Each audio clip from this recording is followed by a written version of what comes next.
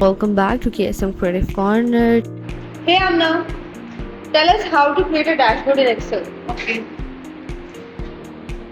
If you are new to Excel or just looking for a quick way to visualize your data, this tutorial is for you. Let's dive in. First, you will need to have your data ready. Go ahead and paste your data list in Excel, and you can see the data here, the number of sales, the percentage, month, country, or sale brand. Once you have your data in place, Ctrl+A to select all the data. Now let's convert this data into a table. Simply press Ctrl+T. This makes it easier to manage and visualize your data. Now that our data is in table format, it's time to create a bar chart. Head over to the Insert tab, select it all, and go to the Insert tab in the Excel ribbon. From here, select the type of bar chart you want to use, whatever, whether it is a pie or line. Select it, adjust it as you want. This is where the magic happens. But if you notice, the bar chart might look a bit cluttered, especially if you have a lot of data. So no worries, we can make this chart much easier to read by using conditional formatting. First, select the column or row that contains the data you want to highlight. Then go to the Home tab and click on Conditional Formatting. From the drop down, select Data Bar. This will automatically format your data into the easy to read bar chart. As you see, I highlighted the percentage of quota, and it is showing me